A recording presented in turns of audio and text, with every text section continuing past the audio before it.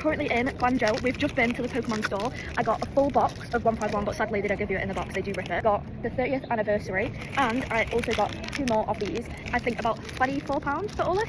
So let's open it and see what we get. So first pack. Nothing in that. Is that all rubbish? It's got all my packs in. All the packs and put them into a pile so that we can open it all at once. So you actually only get 5 cards in each pack. So we've got the pile of cards. Let's see what we get.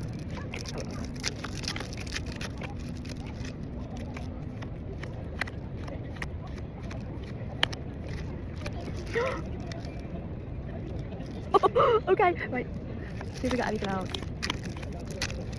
We're really hoping for the Pikachus.